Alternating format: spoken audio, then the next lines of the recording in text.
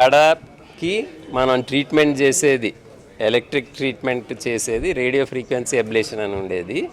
ఇది pulse field అబ్లేషన్కి change అయిపోతాను చాలా కంట్రీస్లో. ఫర్ ద ఫస్ట్ టైం ఇండియాలోకి శ్రీ హోలిస్టిక్ హాస్పిటల్స్ ఈ మనం pulse field ablation was brought in to this country ఇప్పుడు. సో ఈ పల్స్ ఫీల్డ్ అబ్లేషన్లో అడ్వాంటేజ్ ఏంటంటే చాలా ర్యాపిడ్, చాలా స్పీడ్, ఫాస్ట్గా అయిపోతుంది, చాలా సేఫ్గా అవుతుంది. పక్కన నర్వ్స్, బ్లడ్ వెసల్స్, అలాగే మనం తినే ఆహారం తీసుకెళ్లే ట్యూబ్ ఏదైతే హార్ట్ బ్యాక్ సైడ్ ఉంటుందో అవి ఏమి డ్యామేజ్ అవ్వకుండా ఉంటుంది. So confidence level for doctor and patient is very high, procedural efficacy is high, pain ఉండదు, అండ్ డే కేర్ ప్రొసీజర్ అంటే చేసేసి ఇమీడియట్లీ పంపించేయచ్చు. మనం జనరల్ అనెస్థీషియా కూడా ఇవ్వని అవసరంలా. మనం ఇంట్రాకార్డియాక్ ఎకోకార్డియోగ్రామ్ అనేది వాడతాం. అంటే ఎకోకార్డియోగ్రామ్ ఏదైతే బయట నుంచి చేస్తామో ఆ ట్యూబ్ లాగా పెట్టి హార్ట్ లోపల నుంచి కూడా చూడొచ్చు.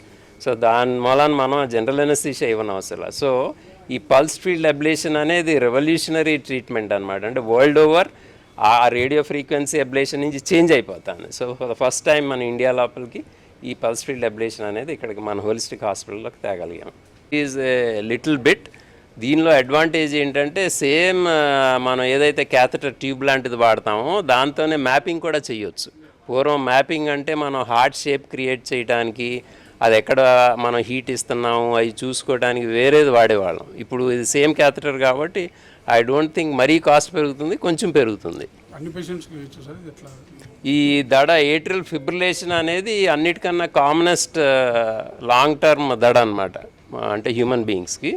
సో చాలా క్యాత్ ల్యాబ్స్లో యూఎస్లో కానీ యూరోప్లో చేసే ప్రొసీజర్స్లో ఆల్మోస్ట్ 80% ఏట్రియల్ ఫిబ్రిలేషన్ అబ్లేషన్లే ఉంటాయి. సో ఇది ఒక చాలా కామన్ ప్రొసీజర్ వెస్ట్లో. కాకపోతే ఇది కామన్ ఇప్పుడు ఇంకా కామన్ అయింది, ఎందుకంటే పల్స్ ఫీల్డ్ అబ్లేషన్కి వాళ్ళు మారిపోయారు కాబట్టి రేడియో ఫ్రీక్వెన్సీ నుంచి. సో ఇప్పుడు ఇండియాలో కూడా we anticipate that with the is of this procedure and the efficacy and all the benefits that I mention చాలామంది చేయించుకుంటారు ఇప్పుడు.